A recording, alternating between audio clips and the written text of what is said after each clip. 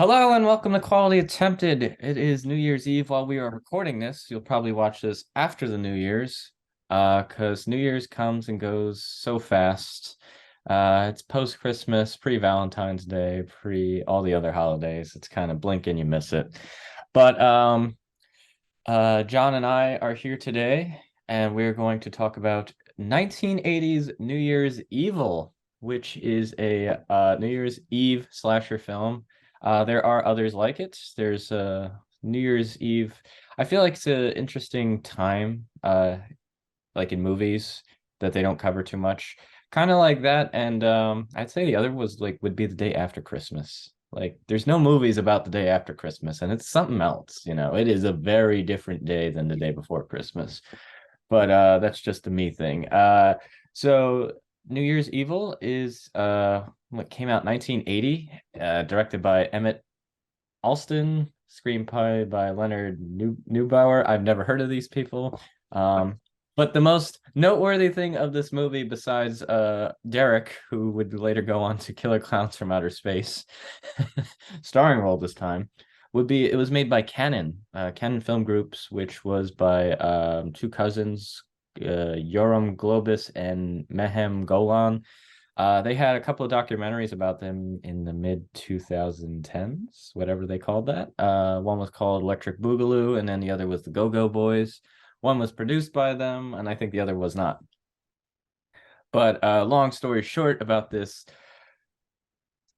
what would you say, like sleazy? It was almost like a Lionsgate or like of the 80s, or because Lionsgate's the biggest is like Um, a major minor at this point. yeah, it would be like the minor league system for Lionsgate, like the Yeah.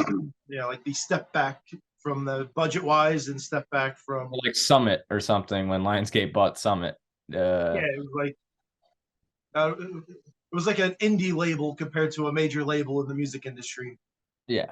That's a And good way to describe it. It's a little raw, a little dirty, and not cheap.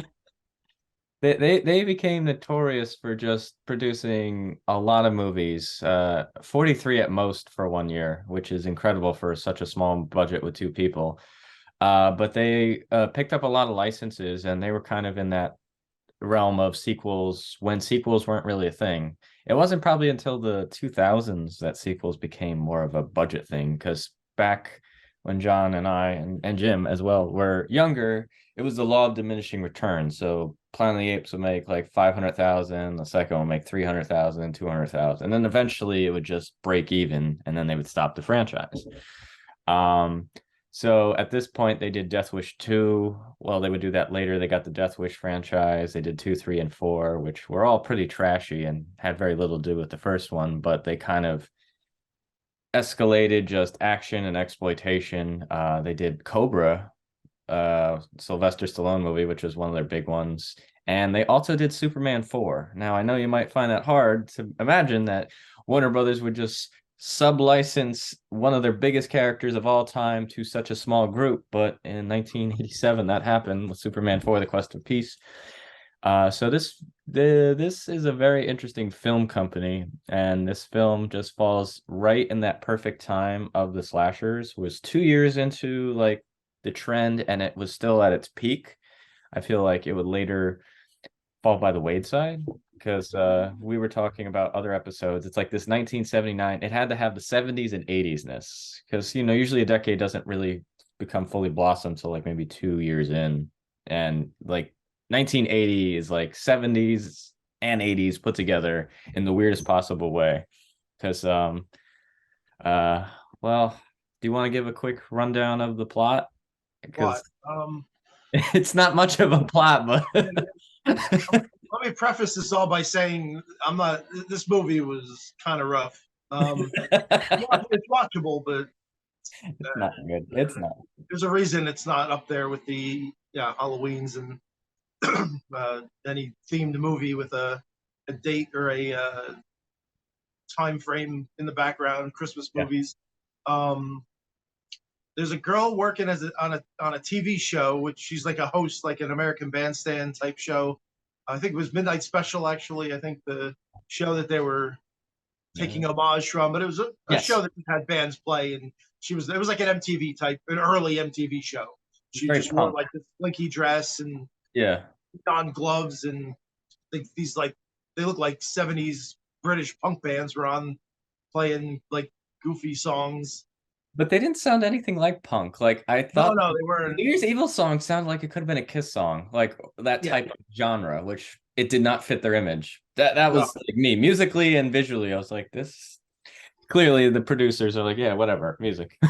Well, I think the band that did it was more of a rock band, and they just like dressed for the movie. They just dressed them up in Mhm. mohawks or dyed hair and leather and studs and whatever people wear.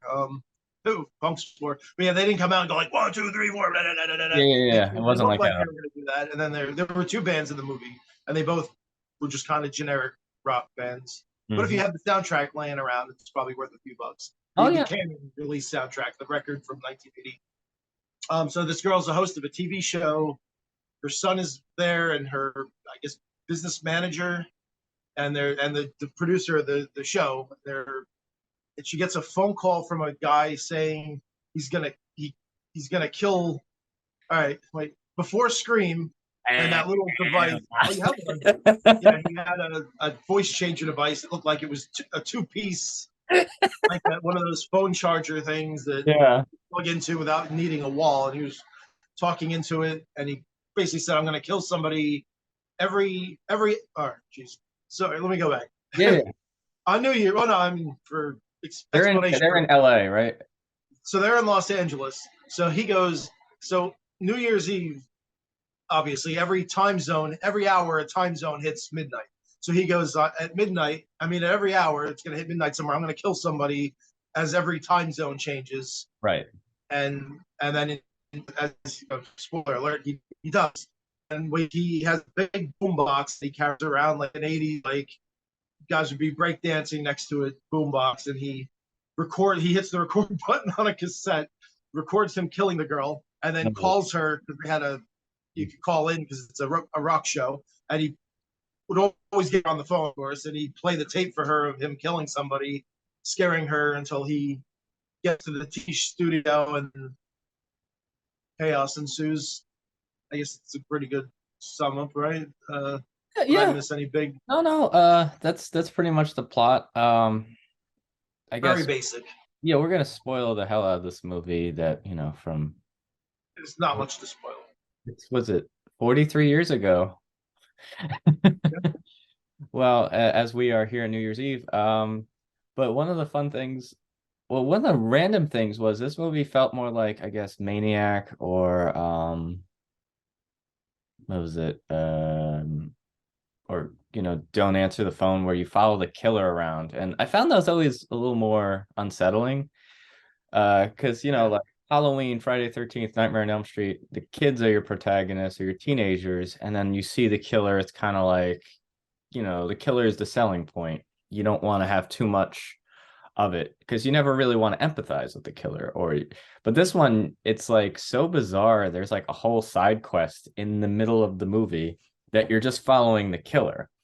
um like it's short, it's 88 minutes, but it's just like it has that real time feel, but it also feels really long because the music numbers just go on for like 2 to 3 minutes. And I felt it very unsettling is because they're kind of like shuffling, like to dance. It's like one, they're not dancing to music, and second, you can hear them shuffling. Like you hear the sound effects of them shuffling. It's not like they edit out the actual audio. And then they had a scene, the first kill, or second kill, he went into a sanatorium. They had the first like kill in a shower, which is cliche, even though she wasn't in the shower. And that was like the housekeeper, or I don't remember what her role was, Yeah, but she was important to Blaze, who yeah, was, it was her assistant or something like that. Yeah, yeah, and she was talking about the husband. And then you immediately go to him in the phone booth, and he's like talking with the voice recorder. I'm like, oh, they show his face. Both times so I started watching a third time before I watched this, but then I had to turn it off because it was just very unpleasant, I guess. I mean, not that slasher movies are pleasant, but it's just like there's just something missing about this one. Like, I watched it a few years ago, then I watched it again. I was like, oh yeah, I remember this. But once that novelty is kind of gone, there's really not much to like about this movie. Um, the music, like the New Year's Evil, you hear that song like three or four times. The only other movie I think of is Graduation Day, which I like a lot better when they played the Yeah, gangster rock like five times in a row. The gangster. And I was like, okay, so and that was another thing I think really cool about these horror movies was a lot of times there were small budget bunch of friends, but what else is small budget is a lot of times musicians, so they put a cool ass song and then the song becomes associated like Killer Clowns from Outer Space. That has a really cool song by the Dickies. You know, uh and I think they tried that music horror thing. It's just they were so mismatched. And the other bizarre they thing, go, hmm? they didn't go all in with it. Yeah, like those '80s, like Trick or Treat or even Hack and had a band, and like that was a focal point. This they Yeah, didn't quite lean into the band so no, much, it's just there. so it kind of and it just kind of repetitive more than made any. It didn't add anything. And It it didn't it drive the plot. it didn't, and it seemed like a hodgepodge of just what was going on at the time, which global canon films would do. They kind of just took a sample. One of the weird things was when they were shuffling, they showed like the punk bands and the people in the sanatorium kind of dancing in a similar way. I was like, okay, that it was interesting, but They just tried. maybe commentary. And then the killer is just unlikable. What I read a review. They're like Bruce Jenner like hair, and I was just like, okay, It did look like we didn't have Bruce Jenner. yeah. Yeah, And he had this 70s look, and he's like this charming, suave guy, and I guess, and he's just like a psychopath. But there's like, I don't know, it just felt so bizarre. Like most slashers will start with, some childhood trauma and then they flash forward. This one kind of just goes for it, and he had this speech at the end on the elevator, but yeah, I don't know. Like it's it's and it's so weird like when he's so badly plotted his timeline. It's just like he randomly just shows up places. All right, I'm gonna kill someone in an hour, and you see his frustrations, and I'm just like, and the whole part with him being a priest and getting into the fight with the bikers, I'm like, what the fuck is going on? there Like, might be some backstory to that somewhere, but right? And then he shows up. yeah, he's a master of disguise. That just kind of it just is. He He was a wor- priest. He was the guy with the he put like a fake mustache on at yeah, one point. Like he didn't. Yeah, I don't know. I don't know. He had no reason. He was nobody. So for and him to disguise himself in the middle of a pre cell phone, pre camera era, yeah. nobody would have known who he was. Oh yeah, that's probably the scary thing. Like back then, that thing was just easy. Or but there's no point to what he does. It's like you have no backstory. And then Blaze is not that likable of a character anyway. She's ignoring her son, who is really excited for his like role, and he has a mental breakdown. But it's just he reminds me a lot of the mom from Blood Rage, just having the breakdown throughout the movie while everything's going on, and you're just like, what's going on with this character? But Yes. the one thing I thought maybe I don't know if you picked up on, like the end of the movie is obviously trying to set up for a sequel, even though like it never did. I thought like the last kill, which you just saw a guy in the passenger on the floor of the ambulance, kind of looked like John Carpenter. I didn't know if that was like a tongue-in-cheek reference to like, haha, that might be Probably. me because he had the mustache and it kind of looked like John Carpenter, I guess, at that time, and especially was in a hospital. But Halloween 2 hadn't come out yet. So it was like I feel like it had a rip-off feeling of Halloween 2, yet not being anything like Halloween 2. What I'm saying? That hospital trope became really big in slasher movies, like really Oh big. yeah, yeah. It was I never thought of that. I'm maybe like, it was an oh, unintentional. yeah, They accidentally. I guess in Halloween everybody was getting loaded into ambulances, so yeah, the logical thing would be get end at a hospital in some capacity. But Michael was still on the loose. So I don't know. yeah. And I'll tell the But yeah, ending. you're right. Hmm? No, you go ahead. Go, you're, no, go to the ending. I was just saying, like, he puts on a mask at the end of the movie, for no reason other Yeah. than to have that scene, and then he puts it on and then jumps off the building. Like it it just didn't make a lot of sense. And Oh, and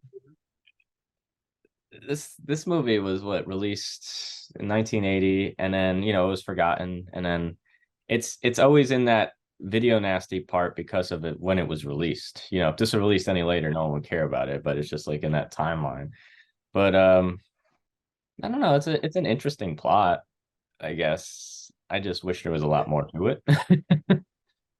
I guess, well, so the slasher template is I'm a killer and Yeah, I'm in a situation where there's a group of people, campers, babysitters, yeah, people hanging out in a mall, house party, and then there's now like the Dimension era or like the late '90s. You had the stoner guy, the hot girl, right. the smart girl, the jock, Yeah, the comic relief character, you and had a one by one you it's a team. Yeah, go who's gonna die in what order, and they build up a character just enough for you to be like, oh, this guy's pretty funny, and bang, he gets killer right. gets him.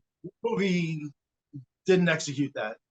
He Not was at just all. going around, picks up an annoying girl at a party, kills her, and Yeah, then that's. Well, I don't want to say it's my favorite with me, and I enjoyed it to some degree.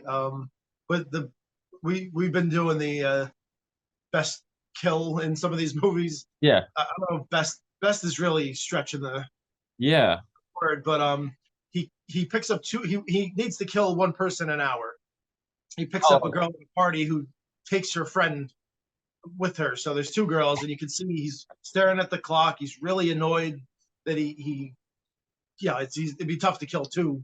Yeah, yeah, obviously he just has a switchblade. He's not a any superhuman yeah, character. Or he doesn't have a gun or anything. He's doing it, blood style. He goes to a liquor store, gives the girl like 100, goes, get the most expensive bottle in there. She said she had to use the bathroom. So yeah, he yeah. had a couple of minutes. She walks out, the car's gone. She finds her friend's shoe, looks Uh-huh. ahead, there's another shoe, sees her, like clothes, like an article of clothing dipping out of a dumpster. Yeah, So she opens the dumpster. I mean, she opens the dumpster thinking, I guess her friend's body's going to be in there. And he's sitting there, yeah. With the a lighter. lighter with a Yeah, Zippo lighter that he sparks up when the door opens, and he pulls her in, and she screams, and it's like, what? yeah. It was very theatrical. Like Yeah, I mean, it, I'm it like in probably terms of sounded good. planning. Yeah, in terms of like planning to scare someone, I'm like, yeah, all right. Read great on pen and paper, but the Oh yeah. execution, The pointless. interaction, Get out of there. What would you even? but the I mean, interaction with the alcohol, the guy was like, have a happy new year. yeah, It was so odd, and it had like a very unprofessional, which I think was its charm. Like the charm of it was none of the actors were really that great. no, Uh like it was definitely low budget. her producer, whatever, the guy who's like, it's gonna be okay. He was Yeah, just always that stereotypical. I'm like, oh, okay.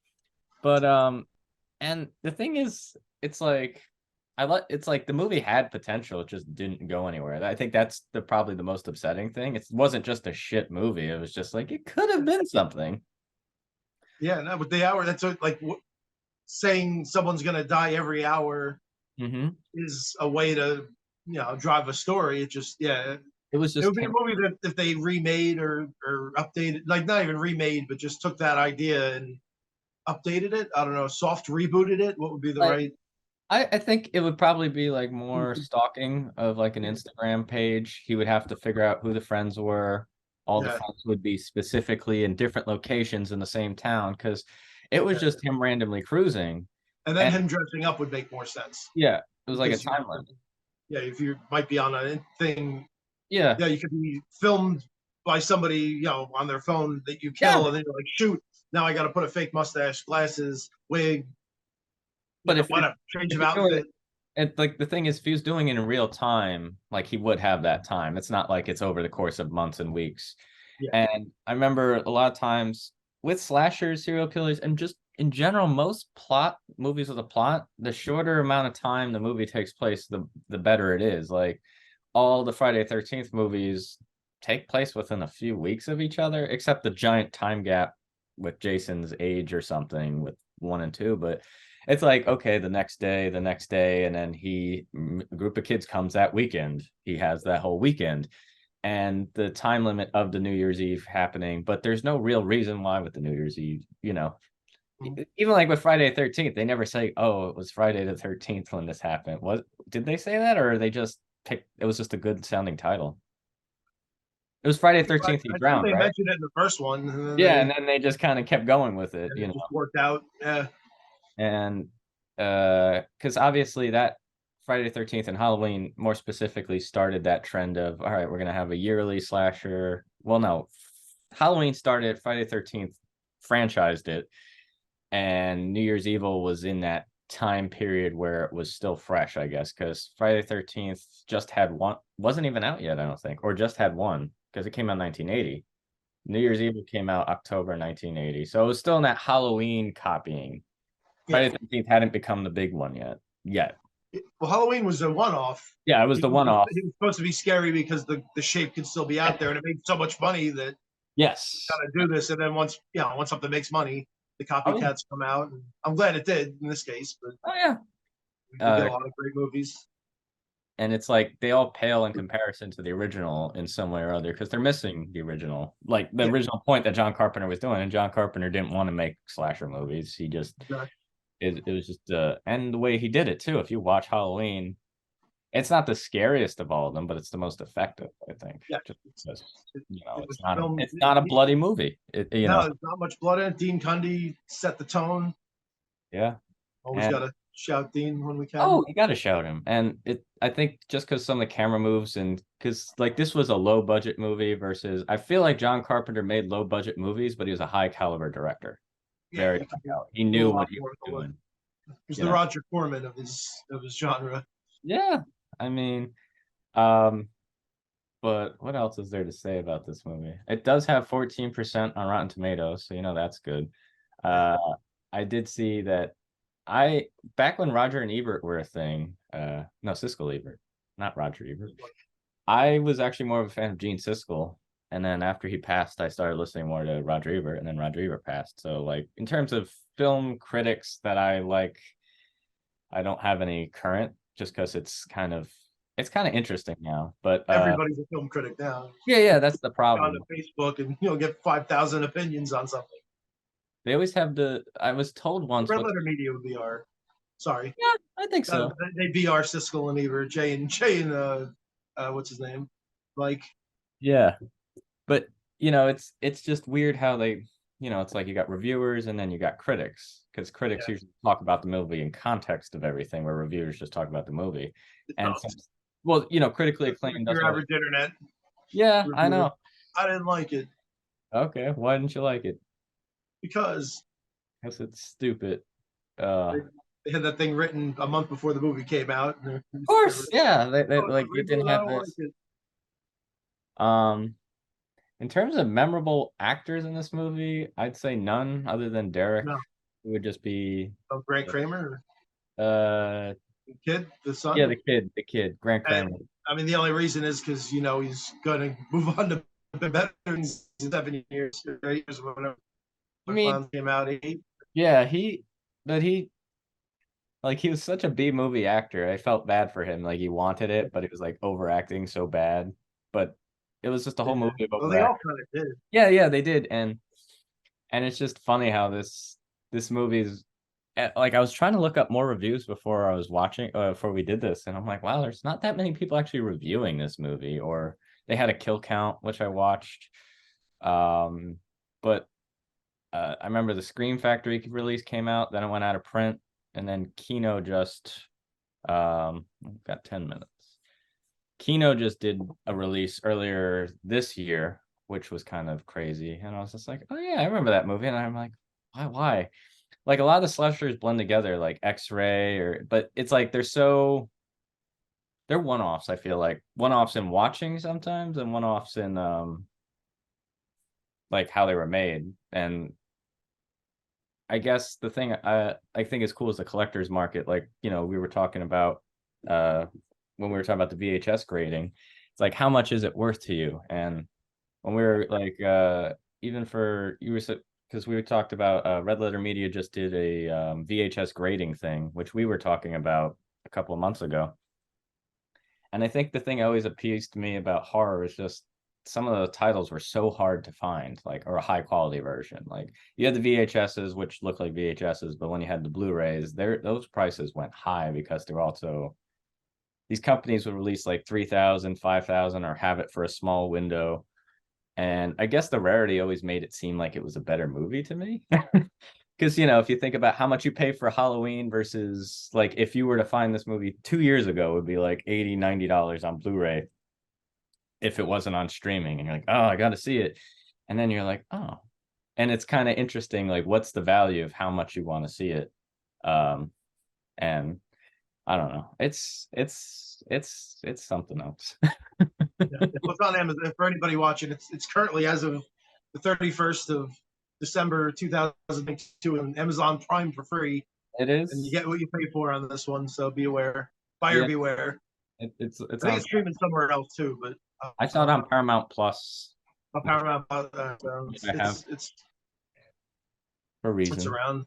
Yeah, and uh, I don't Watch know. Terror Train instead. Terror If Train is you much want much better. Terror It Train's a made me this made me superior want movie. to watch Terror Train just because that had a good twist. Yeah, Jamie Lee Better Curtis. actors. Yeah, Jamie Lee Curtis was on fire. She had Halloween, Prom Night, and Terror Train, and then she really got to shift away with Trading Places, which I thought. Yeah, And Trading Places is a Christmas, New Year's type movie too. Like, yeah, it's a holiday yeah, theme. it's a holiday movie that you don't really think of. But yeah, I don't know what to say about New Year's Evil. I feel like we trashed it, but we wanted not to. That was what we I've wanted so probably much. watched it 4 or 5 times. So for that, I mean, take that for what it's worth. Even though Yeah. I'm not a huge fan, they started here with an idea, and unfortunately, they ended up over here. Where am I here? Over here instead of over here. Like Mhm. we got a killer, we put a mask on him, we left it open for a sequel, then didn't But he didn't didn't have do a it. mask until the last scene. That's Yeah, what made well, no it's like sense. they had to try and I put them. just had this mask. I have my running suit. Yeah, he looked like Bruce Jenner in I was can't that take it away. Circus of the Stars or whatever in the late '70s. He's just like, I'm a track star. I'm very successsul, but I hate everything. Instead of getting a divorce and moving, I'm just gonna do the dumbest thing ever. Oh, Going a little deeper, not deeper, but to them explaining the story. Like he breaks into the TV studio. It was like a hotel or something, yeah. right? Or whatever it was. It was a build. It was a big office type building, and then the main girl's assistant goes, "I always knew he was crazy. He was in an asylum," and it was like, oh, okay, so that's how we're gonna explain it. It's like they got Yeah. that far, and they're like, nobody really knows what's going on. All right, have him say 2 lines, and that'll Well, hopefully brush away any the debate of what's happening. they had the therapist. He's like, I suggest we lock down the building. And I was like, who the Yeah, hell is this guy? And then he's just he's like, it's sexually motivated. And it's like, huh. It's like I mean, a lot of people don't like the ending of Psycho, because it's very expository. yeah, it Because explains the story. which at the time, 1960 audiences were not used to that. And a lot of people are like, well, it doesn't belong in there. I'm like, well, it's made in the 60s. That's where it belongs. It was made in 1960, 60. Yeah, So Ed Gein and all came up this. with it in the '50s. Yeah, Yeah, that yeah. was And it was based on a 50s book. And even like other movies, which I hope to discuss, they kind of did. Dress to Kill has a very similar ending to Psycho. There's a lot of parallels. Um, but I think what was interesting about the end of Psycho is it's not like they're like, well, this person's just crazy, that's it. It's like there was a reason we need to do something about this. Like one of the things I always found odd about slashers is like, well, these are like cautionary tales. They are in like the most bizarre sense of way because like you see Silent Night, Deadly Night. Had Billy not gone through that, Billy wouldn't have done that.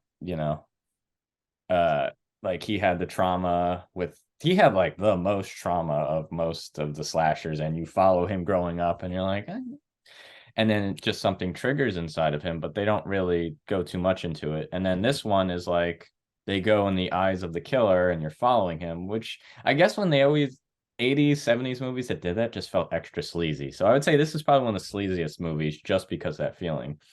Because it's like you're with him stalking, and I'm like, this is uncomfortable. Like nowadays they do it, it's different. But for some reason, it just seems so much dirtier in the Yeah, like, he didn't go you know, outside. He was outside, but if you watch a Street Trash, you watch yeah, Basket yeah, Case, yeah. he's actually walking down. Real streets, yeah. He's in Times Square, and you see the Yeah. porn shops, and you see the XXX and the neon lights. This he's outside, but you never get that like there's a He's guy at walking next to him with a camcorder feel, and that kind of yeah, doesn't dip it into that category as far as it could. I said it just didn't. It just missed every mark. yeah. It had a very LA feel, like Yeah, people exactly. Yeah. coming. I guess it wasn't. He mentioned Ventura. Yeah, He dumped the girl on Ventura, right? So because didn't LA have. had a different feel, I guess, than New York in the 70s, 80s. Probably just as dangerous to Go because downtown. but when we're Walk growing up, like walk through cities, Compton and yeah, but different but different cities at the different, time. different part of LA. The uptown LA is a little more uppity. Yeah, it's I don't know. But I'm hoping they do something like because the slasher genre in general right now is just lacking.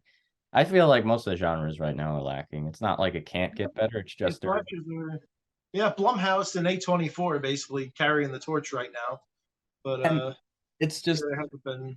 it's mostly nostalgia, and it's just there's like a fear to like break new ground because they're like, well, we need a proven theory, which cinema is based on making money. So Yeah, there's no argument on me from that point. But I do think that there's more things, especially with technology, because now you can't really do any of these old slashers now because of anyone picks up a cell phone, takes a screenshot. This guy would have been tackled, yeah. you know, it and They're all throwbacks now. yeah, yeah, yeah. When they And make a movie, it takes place in in the 1990 70s, or 80s, the 80s or 1800s. whatever because you got to figure out how to work around the.